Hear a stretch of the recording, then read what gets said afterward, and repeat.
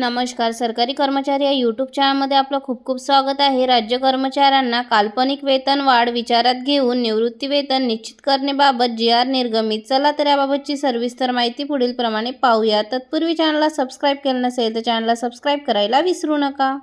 राज्य कर्मचाऱ्यांना काल्पनिक वेतनवाढ विचारात घेऊन निवृत्ती वेतन निश्चित करण्याबाबत वित्त विभागामार्फत दिनांक 19 डिसेंबर 2025 रोजी महत्त्वपूर्ण शासन निर्णय निर्गमित करण्यात आला आहे.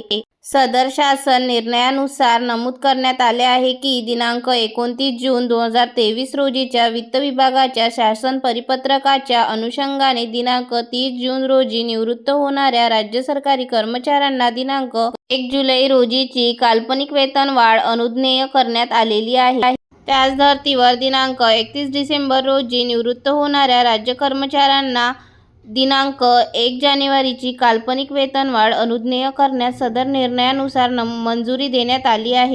यानुसार वित्त विभागाच्या दिनांक 28 जून 2023 रोजीच्या शासन परिपत्रकातील सूचना ह्या दिनांक 31 डिसेंबर रोजी निवृत्त होणाऱ्यांना देखील लागू करण्यात येत आहेत. तसेच सर्व विभागांनी दिनांक 31 डिसेंबर रोजी निवृत्त होणाऱ्या कर्मचाऱ्याबाबत दिनांक 28 जून 2023 रोजीच्या शासन परिपत्रकातील सूचनाप्रमाणे कार्यवाही करण्याचे निर्देश देण्यात आले आहेत.